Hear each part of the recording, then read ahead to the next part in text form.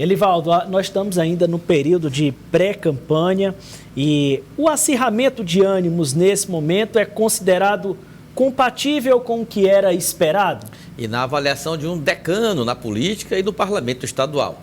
O deputado Wilson Brandão, que já foi da base governista, hoje está na oposição, seguindo o partido ao qual é filiado, no caso Progressistas, prepara até, Lídia, o lançamento de um livro. Ele encontrou meio aí nesse ano eleitoral de produzir um livro que vai lançar agora em agosto, no dia 14 de agosto, o aniversário dele.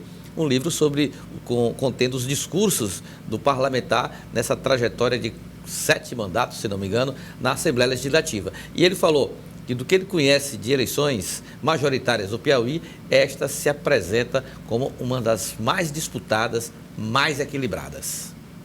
É uma fase, Gerivaldo, que nós temos que ter muito nervo, né? Tanto no lado do governo como no lado da oposição, porque hoje as pesquisas estão aí. Uma hora da Silvia, outra hora da Rafael, uma hora da Wellington, outra hora da Joel, né? E a verdade é que o que vai realmente definir a campanha é a partir das convenções, é a partir da registro de candidaturas, quando realmente nós estaremos implementando em definitivo o nosso trabalho, o nosso programa de governo, a nossa vontade de mudar o Piauí. Então, é a partir desse momento que nós temos a certeza da consolidação da nossa campanha e dos nossos candidatos. E qual que seria o fator preponderante para a gente ter essa disputa tão estabelecida e que difere de pleitos anteriores, Elivaldo? O tamanho dos grupos, né? São grupos extremamente sólidos. De um lado, a base governista, com um amplo leque de apoio de lideranças e pré-candidatos e de partidos, e a oposição não fica atrás, considerando a capilaridade que tem, o mais importante aliado do pré-candidato Silvio Mendes, que mesmo de um partido pequeno, que é a União Brasil no Piauí, mas é aliado do Progressistas, inegavelmente, que tem uma grande estrutura, principalmente no interior do Estado. Então, as duas forças, as duas coalizões, as principais coalizões que estão aí em disputa, que estão polarizando o clima, o ambiente de pré-campanha, mostram exatamente dois grupos fortes e que anunciam seguramente uma disputa bastante acirrada assim que a campanha começar para valer, porque essa fase é apenas uma fase preliminar. Depois das convenções é que vem realmente o pedido de voto, cada força vai mostrar quem realmente tem prestígio no eleitorado piauiense. Tende a acirrar mais, Lídia Brito, na sua avaliação?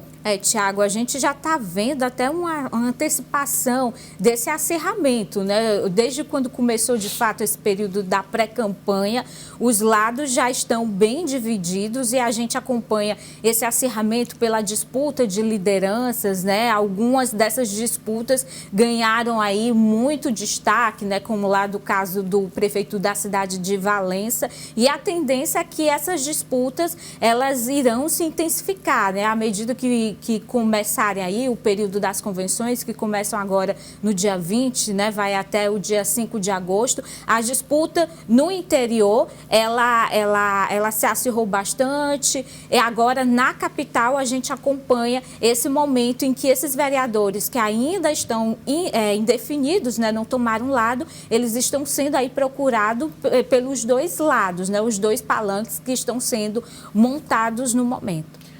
Elivaldo, e a deputada Tereza Brito demonstra algum tipo já de alinhamento com uma ou com outra parte? Boa pergunta, viu, Tiago? A deputada Tereza Brito, ela é do Partido Verde. O Partido Verde, por decisão nacional, ela integra uma federação criada ou formada pelo PT e o PCdoB. Então, os 3 partidos integram essa aliança estável por 4 anos, aliança nacional. E no Piauí, a deputada que conduzia o PV na oposição acabou respeitando a decisão do partido e passou a compor a aliança governista. E ali muito reservada, muito independente, né, Lídia? Ela sempre se manteve assim, muito distante, né?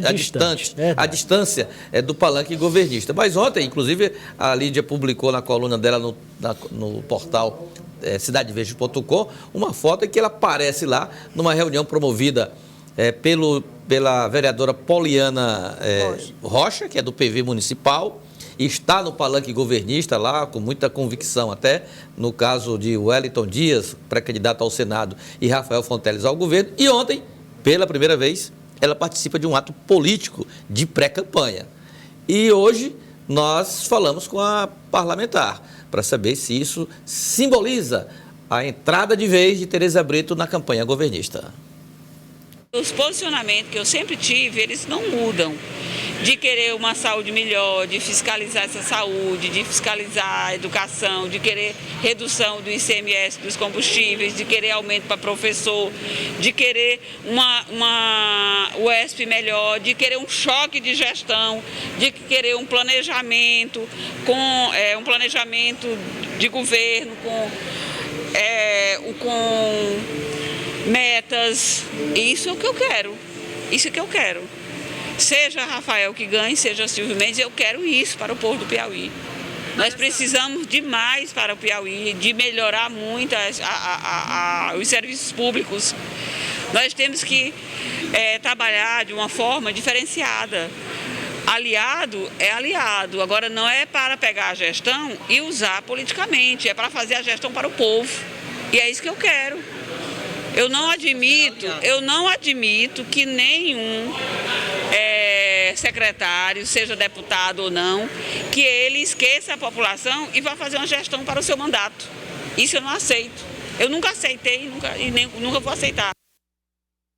Então, ela mantém uma postura ainda de independência. Qual é a leitura que pode se fazer desse discurso da Tereza, Elivaldo e Lídia?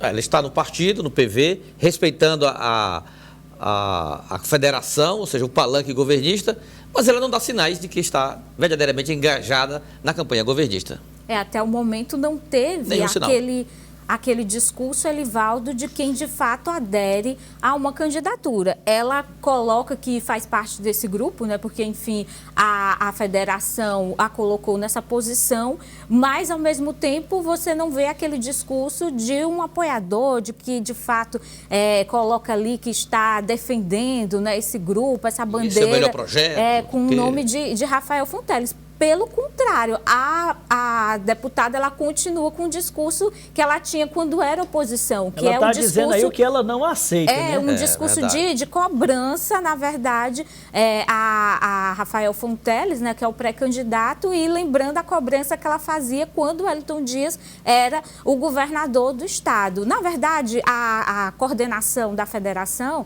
está fazendo uma espécie de vista grossa aí com relação às declarações que são dadas pela deputada Tereza Brito, né? Alguns nomes do PT mostram muito incômodo com relação a isso. Eles falam, chegou a se falar sobre a possibilidade de recorrer à direção nacional da federação, mas aqui no estado, algumas lideranças, como o deputado Lima e agora o deputado João de Deus, que está à frente da federação, eles afirmam que não vai ter nenhuma medida e que o partido espera o apoio da deputada. O fato é que a deputada está na federação governista com discurso de oposição. Elivaldo, e o Republicanos? Você ouviu hoje uma liderança importante, o que ela defende para levar, no caso, para a convenção do partido? Na prática, o partido está liberado no pleito majoritário, não terá candidato nem ao governo e nem ao Senado. E a gente já tem mostrado aqui várias vezes, várias manifestações, por exemplo, de lideranças da sigla, como o presidente da Câmara Municipal de Teresina, Jeová Alencar, que tomou o caminho da oposição, e de lideranças que tomaram o caminho do governo. Hoje, eu ouvi o deputado estadual Gessivaldo Isaías, como ele mesmo se declara, um republicano raiz. E ele vai aguardar a convenção do partido para ter um pronunciamento mais forte em relação ao pleito majoritário.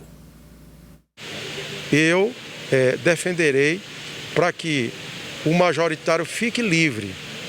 Para quem quiser apoiar um candidato A, apoie, e quem quiser apoiar um candidato B, apoie.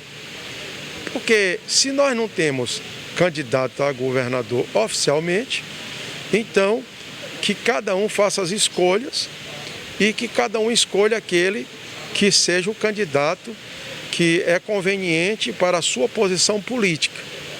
Aquilo que ele pensa, aquilo que ele tem como convicção. Essa seria a minha defesa, mas eu não quero dizer que isso é o que vai passar na convenção. Eu estarei lá colocando a minha postura, a minha posição e esperando que os convencionais assim possam entrar num consenso e que chegue a esse acordo. Não passando assim na convenção, a pergunta é, vai haver tempo para reaglutinar e discurso para se reaglutinar o grupo numa posição única? Elivaldo e depois a Lídia, por favor. Dificilmente, Tiago. Eu percebi aí o seguinte, como nós já ouvimos a manifestação pública, a tomada de posição de Jeová Alencar, eu, sinceramente, Lídia, esperava ouvir hoje do deputado Gessivaldo Isaías, ele assumindo a postura governista, digamos assim, ou seja, de alinhamento ao palanque governista de Wellington Dias e Rafael Fonteles. Mas não, ele deu uma foi de magistrado no Republicanos. Vamos aguardar o lado A, o lado B, um discurso muito parecido com o do prefeito, doutor Pessoa, que parece que já está fazendo escola no Republicanos. O discurso oficial do deputado Elivaldo é esse, né, de que de fato vai respeitar a posição do prefeito doutor Pessoa, né, não vai se antecipar dando apoio a ninguém. Mas nos bastidores, a informação que a gente tem é que essa possibilidade de apoio a Rafael Fonteles divide a base do deputado Gessivaldo Isaías. Eu conversei com a liderança muito ligada ao deputado Gessivaldo, e o que essa liderança coloca é que o deputado ele tem sua base ali na igreja, né, na igreja evangélica que ele representa, e parte dessa base tem uma simpatia maior ao nome de Silvio Mendes e não ao nome de Rafael Fonteles. Por isso, Elivaldo, mais do que essa questão do Republicanos, o que essa fonte me colocou é que pesa também nessa postura de indefinição do deputado Gessivaldo Isaías essa questão interna da sua base, que estaria aí com um lado dividido e querendo esse apoio ao nome de Silvio Mendes e não a posição que seria a natural, né, até porque ele era da base de Wellington Dias, que seria apoiar Rafael Fonteles. Então daí está explicado, né, Lídia e Tiago, essa postura muito moderada de Gessivaldo Isaías, pisando em ovos, estudando bem o terreno. E jogando para frente o anúncio da decisão, né? Exatamente. É a estratégia